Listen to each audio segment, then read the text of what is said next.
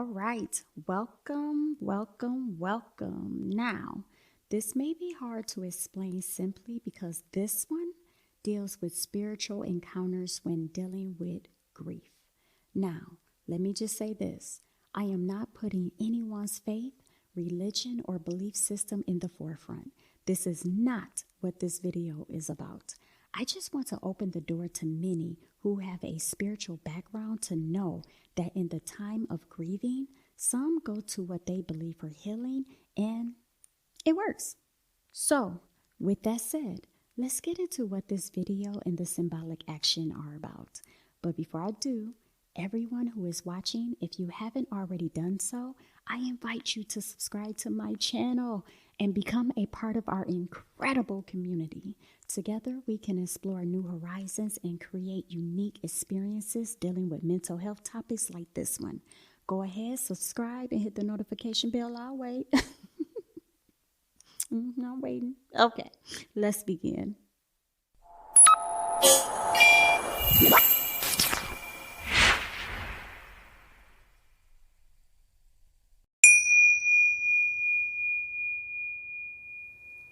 All right, let's get to it.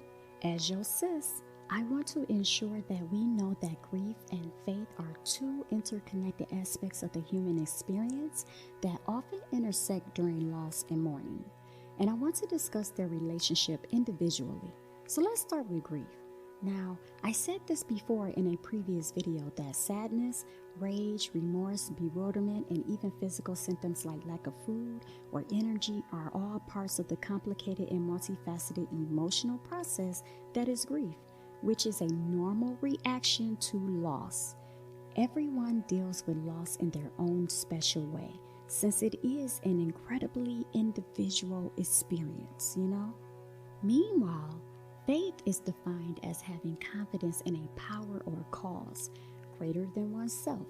It is commonly linked with spiritual or religious convictions. Even in the worst of times, it has the power to give people hope, meaning, and purpose. Belief in a deity, strict adherence to religious dogma, or a deep spiritual connection are all expressions of faith. It has the power to ease suffering and lead those who are struggling through life's challenges to greater fortitude. Now, the relationship between grief and faith is complex and can vary greatly depending on an individual's beliefs, cultural background, and personal experience. For some, faith can be a source of support and consolation during grieving. It can provide a framework for understanding loss, offering rituals, prayers, and community support that help you mourn and find meaning in your grief. Now, on the flip side, grief can challenge one's faith.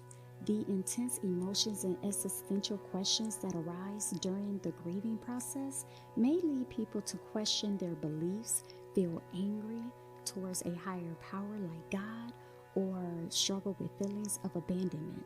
Grief can shake the foundations of faith and realize profound philosophical and theological questions about the nature of suffering, the meaning of life, and the existence of a benevolent higher power. Look, what I am trying to convey in this section is the relationship between grief and faith is deeply personal and unique to each individual. Some may find comfort and strength in their faith, while others may experience a crisis of faith or seek alternative sources of comfort and healing. Now, I believe that this is a great time to take our breathing break, because a breathing break, to me, can be a valuable practice for relaxing and stress reduction. And with this topic, I know that grief and faith can be a heavy one for some, and taking a mental break is something that I think can help us just reboot in some ways,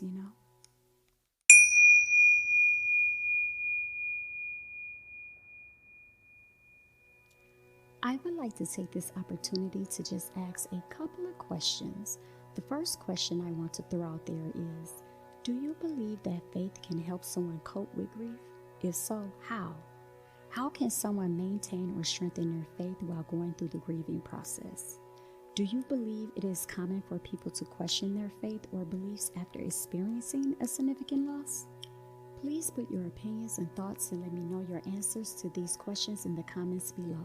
If you have a story or an experience with grief and faith, I would like to read it. Alrighty, I think I talked long enough. Let's take our mental break.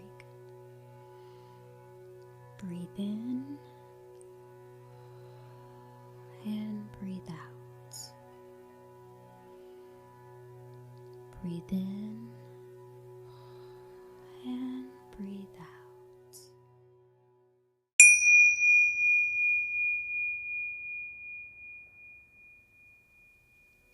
I love taking these mental breaks.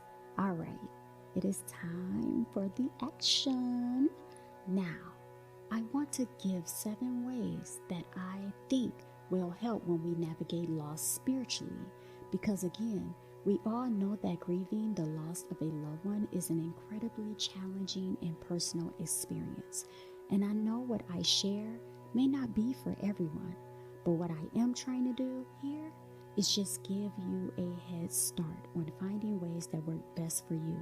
Incorporating your faith into the healing process can provide a strong foundation of support and resilience as you navigate the complexities of loss. Okay?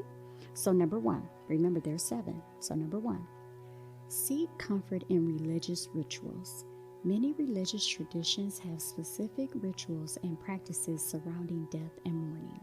Engaging in these rituals might provide comfort and a sense of connection to something greater than oneself. It may involve attending religious services, reciting prayers, or participating in ceremonies that honor the deceased. Number 2, find strength in spiritual beliefs. Faith often offers a belief in an afterlife or a higher power like God that can provide comfort during grief. Embracing these beliefs can help you find meaning and purpose in your loss. Knowing that your loved one is in a better place or that there is a divine plan at work. Number 3, lean on a support faith community. Religious communities can provide a strong support system during times of grief. They offer a network of people who share similar beliefs and values, providing comfort, understanding, and a sense of belonging. Engaging with this community can help you feel less alone in your grief and find support from others who have experienced similar losses. Number 4, find comfort in scripture and religious texts. Many religious texts contain passages and stories that address grief and loss. Reading and reflecting on these texts can provide guidance, encouragement, and a sense of hope. They can offer insights into the nature of life, death, and the human experience, helping you find solace and peace in your faith. Number 5, engage in prayer and meditation. Prayer and meditation can be powerful tools for finding inner peace and strength during the grieving process. They allow you to connect with your faith, express your emotions, and seek guidance and comfort. Taking time for quiet reflection and communing with a higher power like God can provide a sense of calm and healing. Number 6, serve others in memory of the loved one. Many faith traditions emphasize the importance of service and helping others. Engaging in acts of kindness and service in memory of the loved one can be a meaningful way to honor their legacy and find healing. It can also provide a sense of purpose and fulfillment during a difficult time. Number 7, embrace the concept of surrender. Faith often involves surrendering to a higher power like God and trusting in the plan. While grieving, it can be helpful to surrender control and trust that there is a greater purpose behind the loss. This surrender can bring a sense of peace and acceptance, allowing individuals to move forward in their healing journey. Number 7 to me is the most powerful one that I utilize when I am grieving, and this is the one that I struggle with. Recently, I have had a loss in my family, and this one is the one I went to immediately because I knew that this one worked best for me and my grieving journey. So for this action, just try any one of these when you go through losing a loved one and see if it helps in some way. If you find them to be helpful, always remember them when you need them because they can really help you get to that new norm in a peaceful way.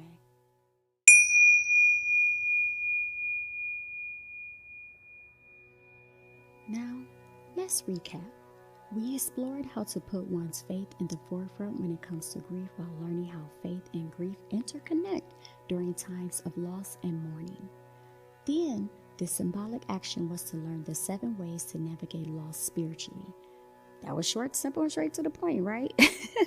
Well, I hope to see you on our next journey. Oh, and lastly, if you like what I am doing and the way I am trying to help individuals overcome things, please subscribe by virtually becoming my friend.